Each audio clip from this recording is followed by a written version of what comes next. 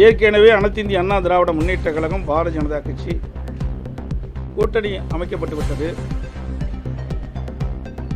தற்போது எங்கள் கூட்டணியில் பாட்டாளி மக்கள் கட்சி இணைந்து அனைத்து இந்திய அண்ணா திராவிட முன்னேற்ற கழகம், பாரதிய ஜனதா கட்சி, பாட்டாளி மக்கள் கட்சி எங்கள் கூட்டணியில் இப்பொழுது இடம்பெற்றிருக்கின்றன. மேலும் சில கட்சிகள் விரைவில் எங்கள் கூட்டணியில் சேருவார்கள்.